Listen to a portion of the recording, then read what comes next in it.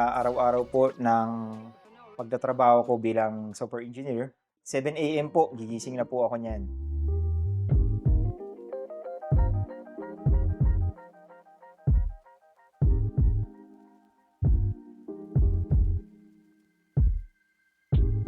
By 9 AM, yun na po yung simula ng trabaho namin. Mag-i-start na po akong mag-login. Magche-check na po ako ng task ko sa araw na po na yon. Mag-update na po ako ng codes ko dahil nga may mga kasama rin ako sa trabaho, kailangan updated din po yung code ko para pare-pareho po kami. I-check ko po kung ano yung requirements na kailangan po sa task ko. Kung kailangan pong mag-add ng design, i-translate ko na po sa mismong website. Ako po yung gagawa ng bridge from website papunta po dun sa database. Ako po yung magdi-display ng data na hinihingi po ng user. Pinaka-challenging na part po ng pagiging software engineer, minsan naaabot ka ng alas 3, alas 2 ng madaling araw. Hindi mo namamalayan yung oras eh. Hanggat tumatakbo yung isip mo na, teka, nakukuha ko pa rin kung ano yung solusyon. Pinaka-rewarding, yung mapagana po yung mismong site at yung ma-deploy na po siya na nagagamit na ng buong user.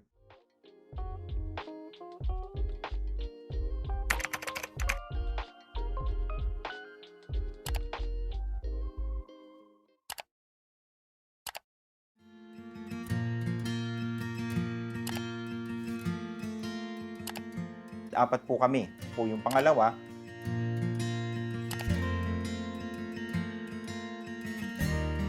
ang tatay ko hindi siya nakatapos ng college. Bali hanggang high school lang po yung natapos niya. Pero mula po nun, hindi na siya umasa sa magulang niya.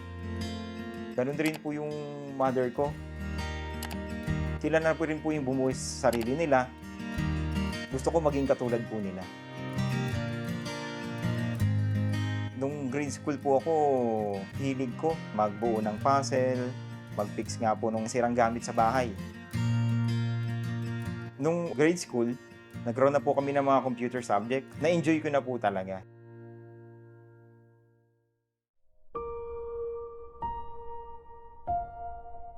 Nung high school, yun na po yung maraming tukso. Sabihin nila, sasamba ka na naman. Webis linggo na lang, sumasamba ka. Maglaro na lang tayo gantong oras. Kahit yung project na natin, wag na natin gawin. Para po kasi sa akin, yung mga pag-aaya nila, wala naman pong maitutumbas yun sa matatanggap ko eh. Tuwing sumasamba ako, tuwing tumutupad po ako ng tungkulin, doon po ako masaya eh. Doon ko po nararamdaman na may Diyos na nakaalalay.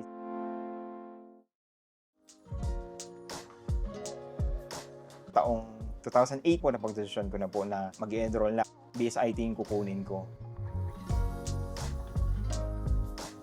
Nag-focus po talaga po ako doon. Na gawin yung lahat ng makakaya ko para din po matawarin sa akin yung magulang ko.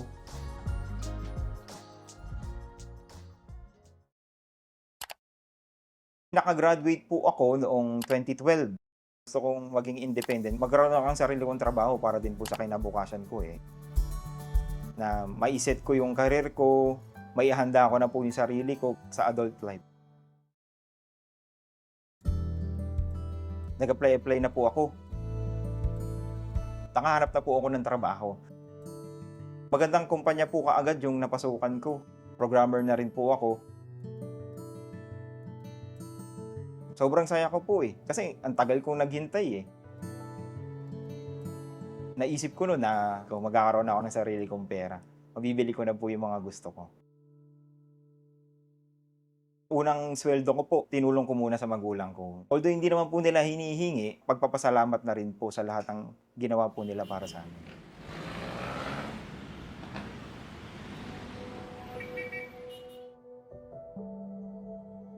Nung nagtatrabaho na po ako, nagkaroon po ako ng problema sa schedule. Sinasabi ko, lagi kong iibos yung trabaho, ano pa man yan. Kasi alam ko mas mahalaga yung sa tungkulin eh. Nagkakaroon na ako ng problema, nagkaka-conflict sa oras, kailangan mo nang mamili kung ano yung gagawin mo.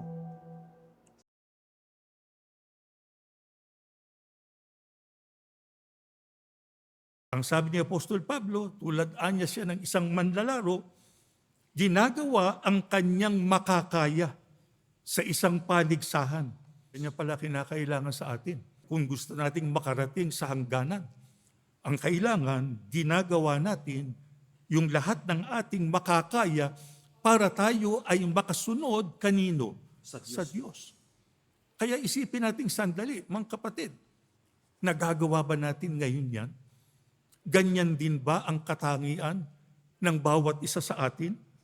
Hinahanap sa atin, ginagawa nating lahat ng ating makakaya na tayo ay mamuhay ayon sa itinuturo ng ating Panginoong Diyos sa atin. Kaya bilang Iglesia ni Cristo, kung nais natin ang ating kahalalan, nais nating matamo yung mga ipinangako ng Diyos sa atin na ating tatamuhin pagdating ng araw ng kawakasan, gawin natin yung hinahanap ng Diyos sa atin, na tayo ay sumunod, tumalima sa lahat ng kanyang mga kalooban, sa lahat ng kanyang mga aral.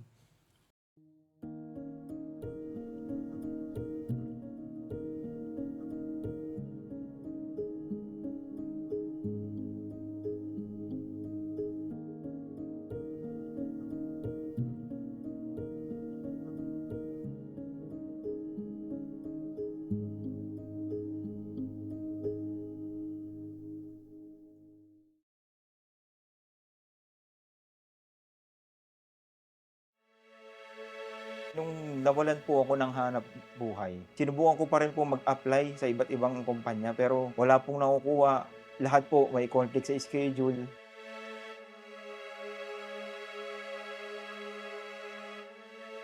Nag-isip-isip po ako nun na ano yung susunod kong gagawin? Ano yung susunod na hakbang ko? Ano ba yung pwede kong gawin para nakatutupad pa rin ako ng tungkulin ko pero maayos yung trabaho ko?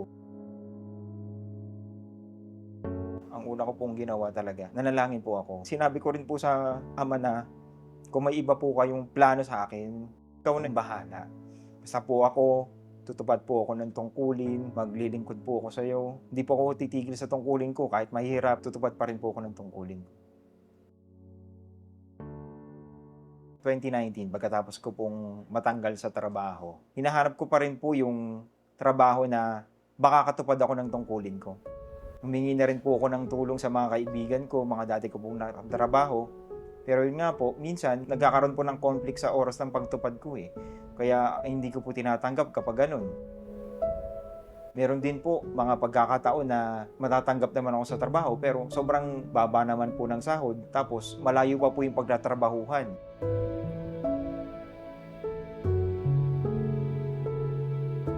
Sinubukan kong i-update yung lahat ng nalalaman ko. Nagbabasa ako, search ako online, ano na yung ginagamit ngayon ng technology. Dahil nga po sobrang bilis mag-update ng technology sa IT. Pero iba pa rin po yung hinahanap nila eh.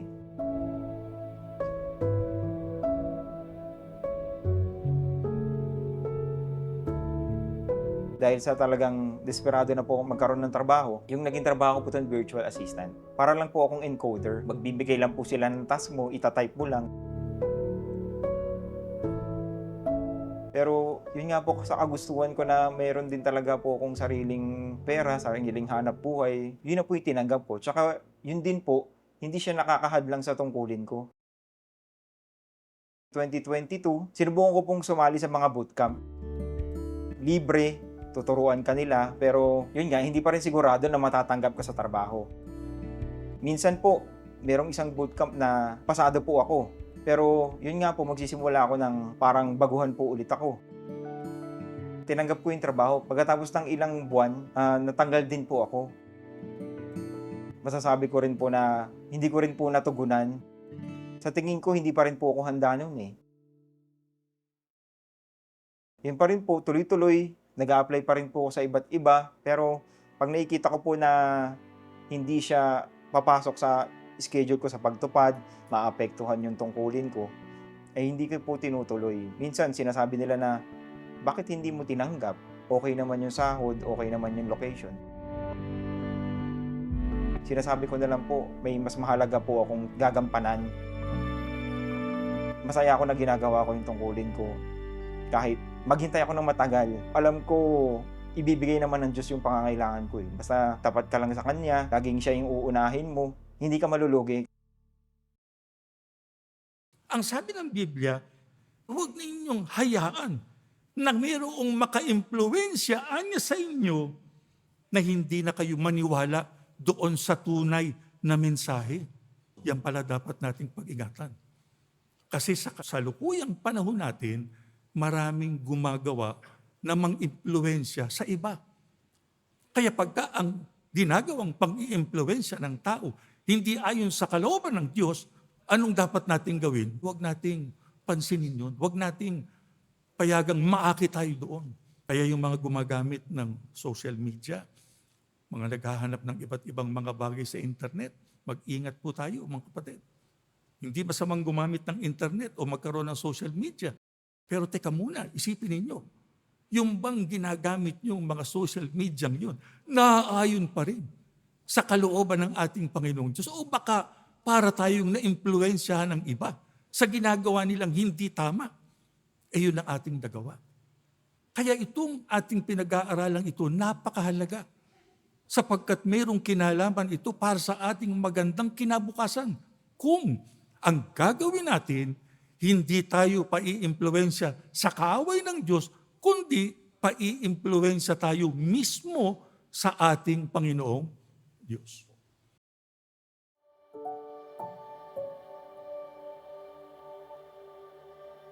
Ang nakasabi ko po sa bootcamp doon, puro fresh grad.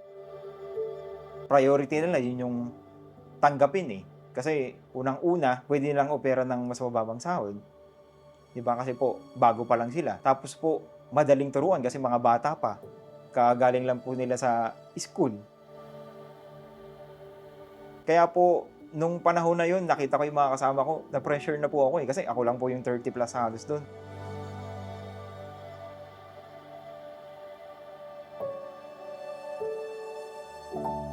Makaharap namin yung ganong problema. So, ang nagiging solusyon po namin, talaga una, mag-research ka sa buong internet.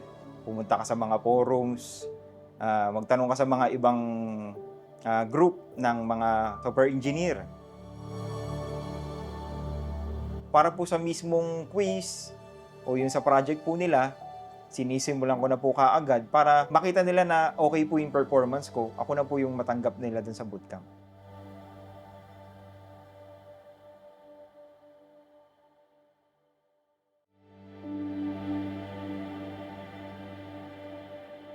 Sabi ko sa ama, pwede po ba iregalo mo na po sa akin itong trabaho na to. Pangako ko naman po na hindi ko po pababayaan kahit mahirap, kahit anong oras, uunahin ko pa rin yung tungkulin ko. Ang iba, ginawa sa kanila na sila ay mangangalaga. Sino bang nangangalaga, mga kapatid? Mga may tungkulin. Yan ang ating sagutin sa Diyos eh. Ating alagaan ng iglesia. Tiyakin natin ang iglesia ay nasa maayos na kalagayan.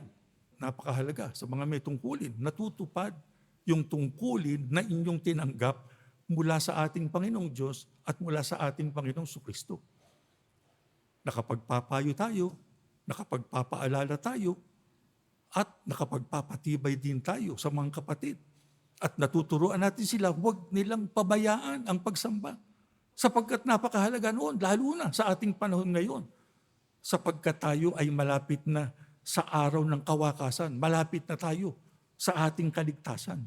Kaya sana ang mga may tungkulin, makatulong ng pamamahala sa lalong ikatatag at ikatitibay ng iglesia.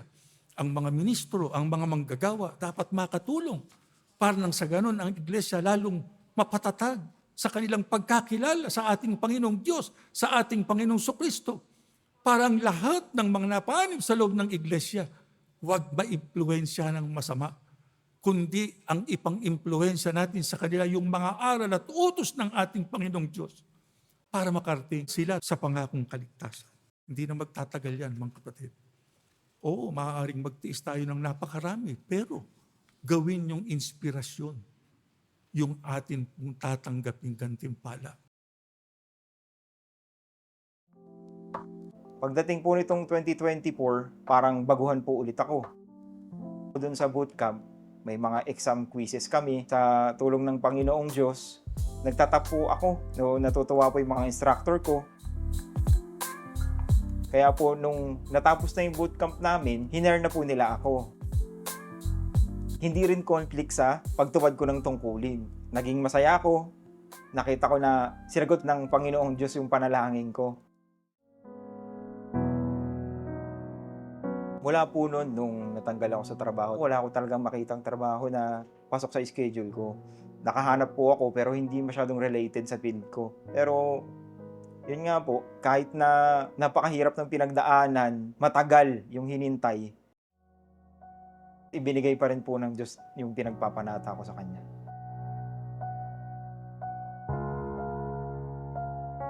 Yung sa software engineering na work from home, ang pinaka-unique sa kanya, mas marami ka pong oras na mailalaan sa pamilya mo, sa sarili mo, pati na rin sa pagtupad po.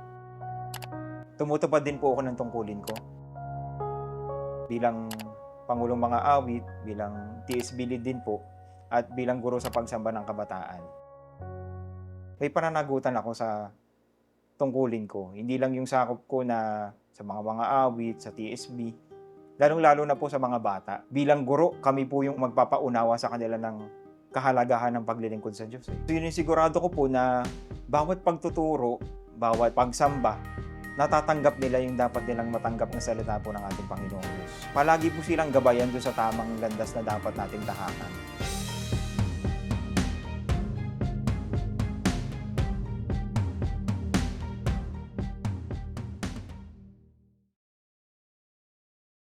Mga kapatid, utos sa atin yan. Ano raw ang kinakailangan natin? Mag-ukol tayo ng ano raw? Iba yung pagsisikap po. Kasi kung tayo man ay nakapagsikap noon, ngayon, na napakalapit na natin sa hangganan, sundin natin yung sinasabi ng mga apostol. Mag-ukol tayo ng iba yung pagsisikap. Kung merong dapat tayong laging nagagawa, kinakailangan, kumbaga sa isang computer, di ba? Tinitignan mo, ito ba'y maayos pa? Baka maya-maya kung ano-anong basura na ang narito, may virus ka na pala. Ano mangyayari ngayon sa'yo?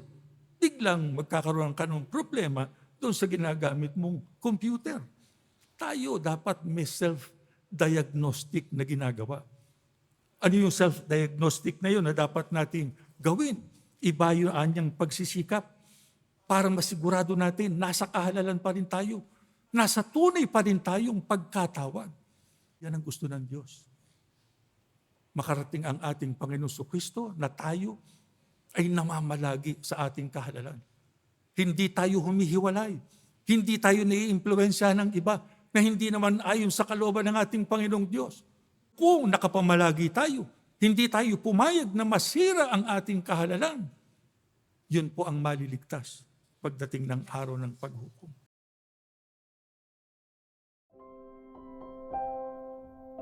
Talagang ang Diyos po makapangyarihan sa lahat. Ako, sa napagdaan ko na po sa buhay ko, nagtitiwala ako sa Kanya.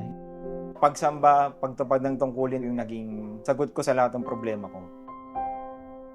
Hindi mo man alam kung kailan tutuparin ng Diyos yung hinihingi mo, ibibigay at bibibigay niya.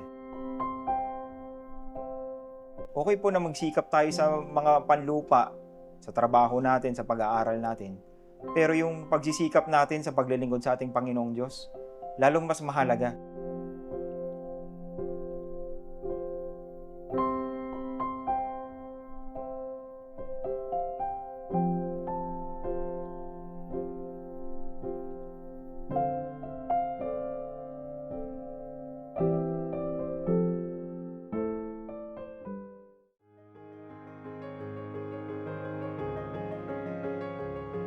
Ako po sa ngayon ay isang software engineer. Natrabaho po ako sa isang international company.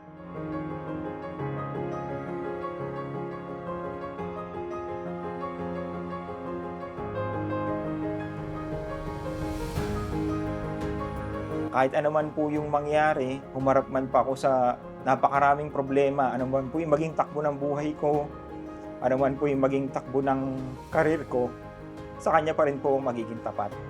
Mananalig pa rin po ako sa Kanya. Uunahin ko pa rin po yung pagtupad ng tungkulin ko.